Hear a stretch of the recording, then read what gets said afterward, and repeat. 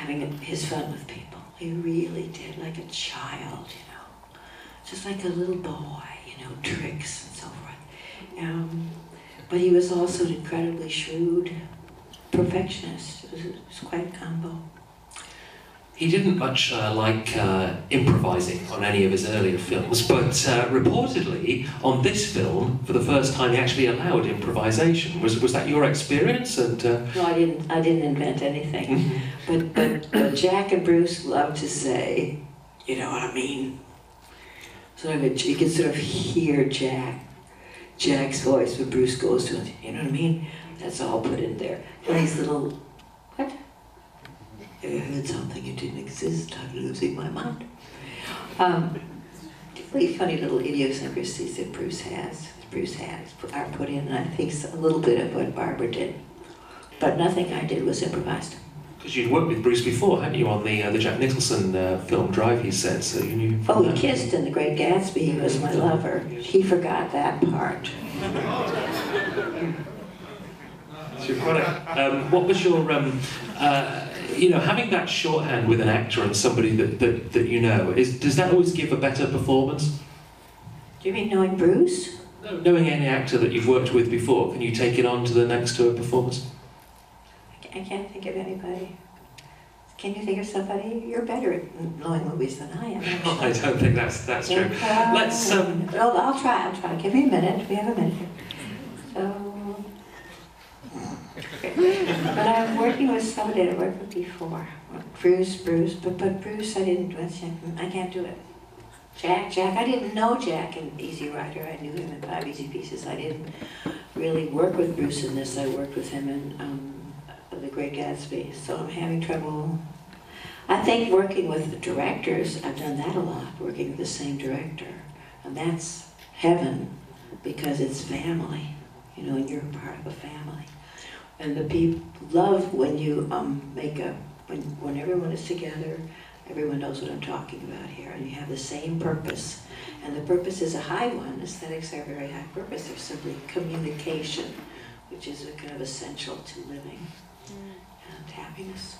And so we're all together having that same purpose. You can really, really love each other a lot. I would say I loved Mr. Hitchcock. I would say that. Honored and loved him. You painted this very, like you say, avuncular picture of Alfred Hitchcock. This was his final film. I understand he had a pacemaker fitted during filming. Was there much evidence that he was in failing health? It doesn't sound like it. During filmmaking. I think it was before. I think that he and Ernest Lehman had one hell of a time writing this thing. I know Ernest, you know, because we did Portnoy's Complaint. He was a very dear friend. And a very brilliant and a very shy man. And I think that they had a terrible time concocting this plot of this story. I mean, there are a lot of, I don't know how many things that Hitchcock did were actually from something already written. You know, like Rear Window was a story, and Dial M for Murder was a play, and there was another play. It was Rope a play, do you know? Yeah, so he was kind of used to that, and of course Ernest is a brilliant writer. He wrote North by Northwest, and he also wrote the screenplay for They Are in Love, but they are from different families, and it's from the Shakespeare thing, and it's Help Me Here. West Side Story. West Side Story. West Side Story. And so his hills are alive, the sound of music. So he was a great writer, but I don't know, somehow that was very difficult for them, and I think it's part of the reason he had a pacemaker put in. And just before we go to the audience questions, when you're working with Ernest's dialogue, which was so witty and clever, what's that like to play with?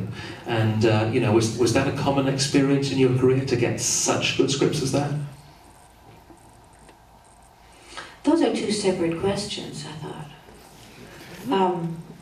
To answer the first one, no, I'm not used to doing that kind of character. I wasn't at that point at all. You're quite right in my career. And I was in Vienna making a movie, and I was asked whether I wanted to do Hitchcock's foolish question. Whether I wanted to do Hitchcock's movie, or whether I wanted to do a sort of a biography story and it may be boring to try to remember. Do you know who the man is who was a very clever comic in the 30s and I think even the 20s and had a big nose and said, W.C. Fields. give that man the cereal. Give this man a prize. I was asked whether I wanted to play what would have been his wife in the biography of W.C. Fields, and I think usually biography movies are failures because nobody knows why he did it. They only know what he did. You know, she can never really do it well. Anyhow, I was excited as hell. I was going to work with Mr. Hitchcock. I was all excited, but I wanted to play Blanche. I didn't want to play Fran. I had it all figured out. She'd have a little southern accent, wear kind of blouses that fell off her shoulder, and just be so funny and hysterical. And oh, I just loved the idea.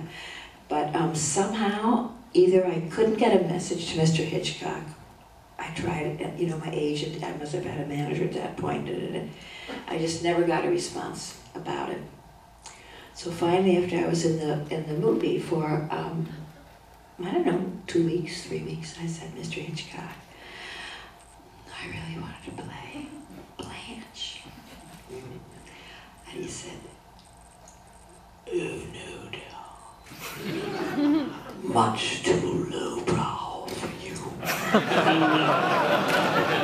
I thought, he's never seen 5 Easy Pieces. Just before we go to the audience questions, I want to ask your impression of the final scene of the movie, where Barbara Harris, you know, breaks the fourth wall there and winks to the audience. Alfred Hitchcock said after this film in an interview with Francois Truffaut that in 1976 you can't end a movie on a kiss anymore because romance had died in the movies. Was that? Did you share that belief around 1976? Do you think romance had died in the movies? I didn't even have it, so I couldn't really share it, nor not share it. No, I don't think so. I think romance will always hold you. Romance will always want to know what's happening. In fact, we can cite a lot of movies out now that are like that, only I can't remember them. You can. No, there are a lot of, once you see it, I've noticed that. It's a strange phenomenon, a man and a woman, and you just really wonder if they're going to get together, and you really want them to get together. It's a classic phenomenon with audiences. You just want them to kiss. I have funny Hitchcock stories. I can just tell them. Yeah, Hitchcock stories.